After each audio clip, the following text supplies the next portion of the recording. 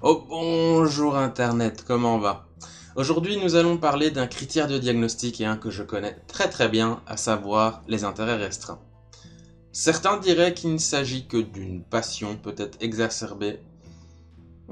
Ça se discute. En soi c'est pas inexact, mais parler d'intérêts restreints implique beaucoup plus de choses que simplement être passionné. Je m'explique. En gros, les intérêts restreints, c'est être absorbé par quelque chose. C'est-à-dire que non seulement vous êtes passionné de ce truc, et vous allez tout bouffer de tout ce qui concerne cette chose précisément, de près ou de loin, mais ça va aussi devenir une sorte de refuge, un doudou. Ça va devenir quelque chose que vous faites pratiquement inconsciemment, et dans lequel vous allez vous perdre, peut-être, d'un certain point de vue. Ça implique aussi qu'à un moment, on va peut-être vous proposer « Hey, ça te dit de faire ça ?» Et vous, tout autiste que vous êtes, vous dites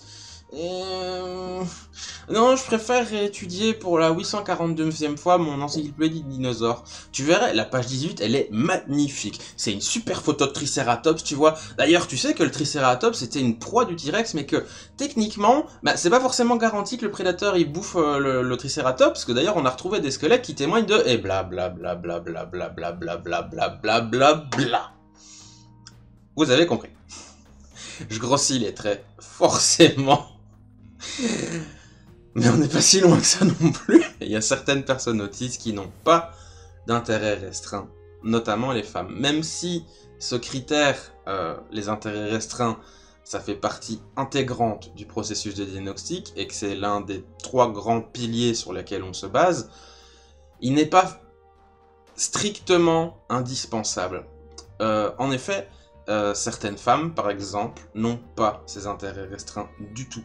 Ou alors, elles vont passer d'une phase à une autre. Ça se traduit, par exemple, avec une semaine, la personne va être absorbée par la biologie, les cellules des plantes, puis ça va être genre les trains, puis ça va être genre la harpe, puis ça va être une série de télé, et ainsi de suite. Elles vont avoir des espèces de coups de foudre, pour manque d'un meilleur terme, pour certains sujets pendant une période donnée, où elles vont se jeter dessus et tout dévorer et être incollables ou presque sur la chose, et puis passer à un autre coup de foudre. Je dis ça et j'insiste un peu dessus parce qu'il faut pas penser que si on n'est pas passionné par les tournevis et qu'on n'a pas 3 armoires complètes remplies de livres consacrés à la chose, qu'on n'est pas autiste. Ça marche pas comme ça. Ça ne se limite pas qu'à ça non plus. Faut pas croire que tous les autistes sont des génies sur un truc spécifique. Ça joue beaucoup, et la majorité des personnes autistes ont leurs intérêts restreints bien précis, mais ce n'est pas le cas de tous. Comme je dis souvent, c'est une phrase un peu nulle, mais elle reste vraie, il y a autant d'autisme que d'autistes. Moi, dans mon cas, ça a très vite été les sujets dits geeks, genre dessins animés, manga, jeux vidéo. C'est encore le cas vu que j'en fais mon métier d'auteur, même si c'est pas un vrai métier, voilà et compagnie. J'ai eu une enfance très passionnée des dinosaures où je bouffais tous des livres et des films et des documentaires et voilà dès mon plus jeune âge, au point où apparemment, et j'ai quelques flashs aussi de ce truc-là, donc je sais que c'est pas imaginé et que qu'on ne m'a pas dit ça et que c'est faux. Non, c'est vrai. Je m'amusais à répéter des noms latins de plein de dinos à mes profs à la maternelle et elles étaient toutes médusées. Et voilà, ça s'invente pas. J'ai aussi eu une période où j'arrêtais jamais. Je recommence pour bien que vous compreniez. Jamais. Et c'est quelque part toujours le cas.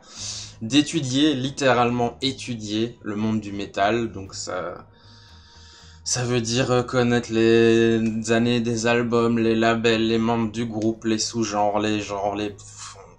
Voilà, bref, encore actuellement, je pense que je suis toujours bien calé sur le sujet.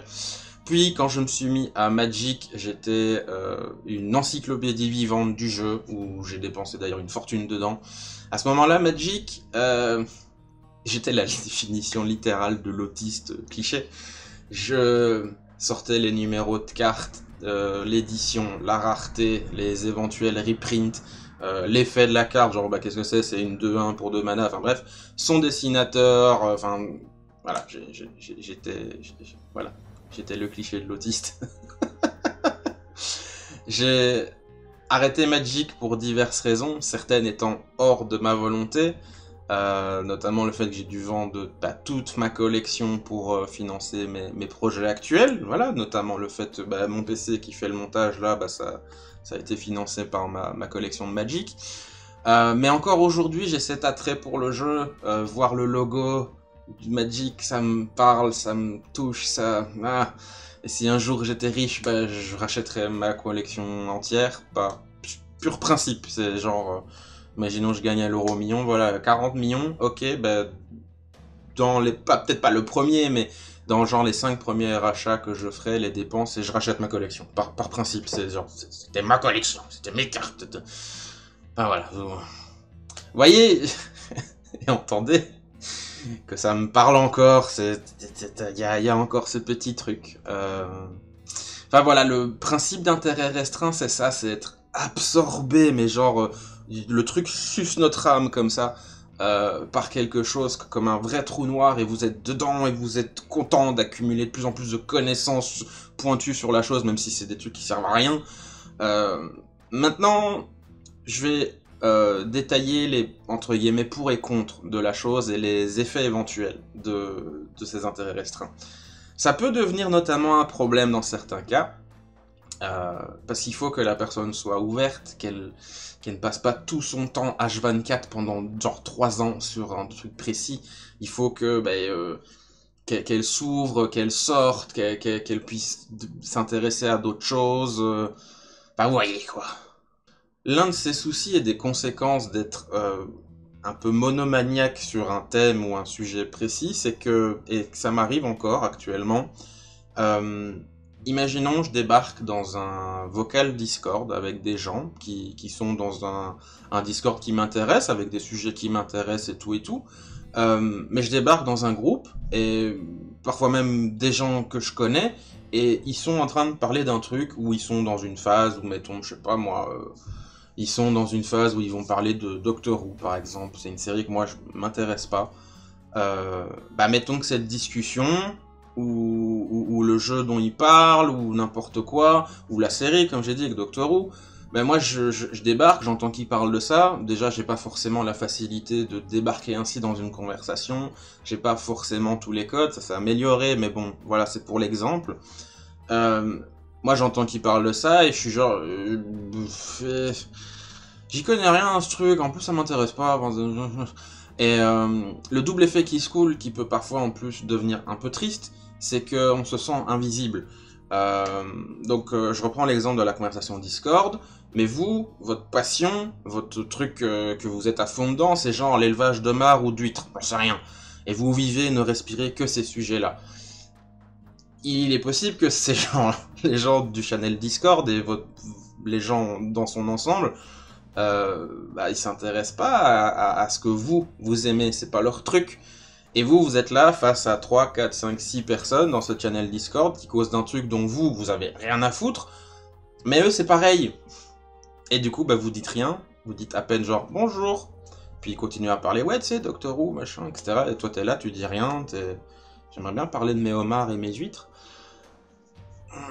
Et au final, au bout de 20 minutes, t'as même pas pu en placer une ou quoi, ou qu'est-ce, ou même pas forcément pour parler de ton sujet, mais genre dire, comment vous allez, vous avez juste dit votre bonjour au début et puis plus un mot. C'est pas très cool comme sentiment, franchement, c'est un peu triste, ça fait un peu mal, enfin, on revient un petit peu à la vidéo dont j'ai parlé sur la solitude, sauf que là, j'explique un petit peu un exemple concret avec le sujet des intérêts restreints. Mais bon, pour un peu dédramatiser cet exemple, mais qui reste important à mentionner, dans la majorité des cas, je pense que ces intérêts restreints sont en réalité des atouts pour la personne. Je développe. Je me souviens d'une maman, lors d'un événement sur l'autisme organisé par une asso, etc. À la fin, elle m'avait parlé de son gamin qui, lui, était absorbé par Minecraft. Comme beaucoup d'enfants, vous me direz. Mais apparemment, lui, il refusait catégoriquement de décrocher, il fallait limite le traîner hors de la chaise ou couper le PC ou quoi pour qu'il arrête. Et bien entendu, il crisait un peu derrière. Bien entendu, il faut que le petit bout de chou il fasse d'autres trucs. Il faut qu'il soit ouvert, il faut que par exemple fasse ses devoirs à l'école, essayer qu'il fasse, je sais pas, une activité sportive, ou voilà, s'intéresser à plein de trucs différents. Mais le parent peut utiliser, et même pour un adulte aussi, mais là je prends l'exemple du parent, euh, son intérêt restreint pour son évolution dans la vie. Il ne faut pas voir l'intérêt restreint comme un problème uniquement. Encore une fois, il peut l'être, hein. L'exemple de ce gamin, ben voilà, faudrait qu'il fasse qu'autre chose.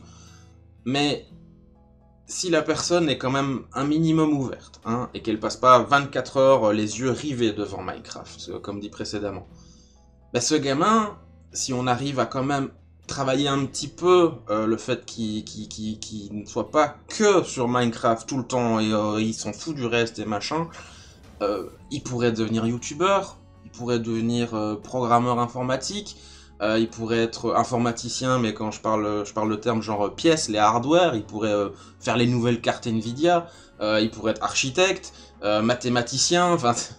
Si vous connaissez Minecraft, moi c'est pas mon truc, mais je connais un peu quand même, et je joue avec la petite de ma femme de temps en temps, ça fait quelques temps qu'on n'y a plus joué, mais bon...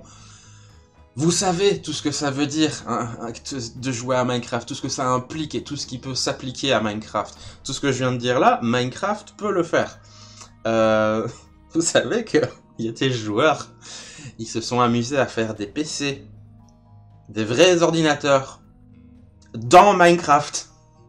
Donc vous jouez à un jeu où vous créez un PC. C'est un truc de redstone, c'est compliqué. Je mettrai sûrement une vidéo et tout pour vous montrer. Ah, le bruit des travaux de mon super appart. Quel délice. L'intérêt restreint, il peut être une branche ou un tremplin vers d'autres trucs, toujours liés à cette activité. Moi, ma passion pour les dessins animés, les mangas et les jeux vidéo et tout ça, quand j'avais genre 5 ans, bah, j'en ai fait mon métier aujourd'hui, à 33 passés, bientôt 34, l'année prochaine. J'écris des histoires ces histoires que j'écris actuellement, elles m'ont en partie été inspirées parce que je kiffais gamin. Les intérêts restreints, quand il y en a et ils sont bien établis et tout, ils sont nécessaires à l'enfant, à l'adulte, à la personne ou ce que vous voulez. Et même si bien entendu ils ne doivent pas être une excuse à l'inaction, la fermeture au resto du monde et j'en passe et des meilleurs, pour moi il faut les respecter. Ils sont une solution vers une vie plus épanouie. Profitez de ce que vous aimez et que ça ne vous desserve pas non plus. Au revoir Internet, gros bisous. Mouah.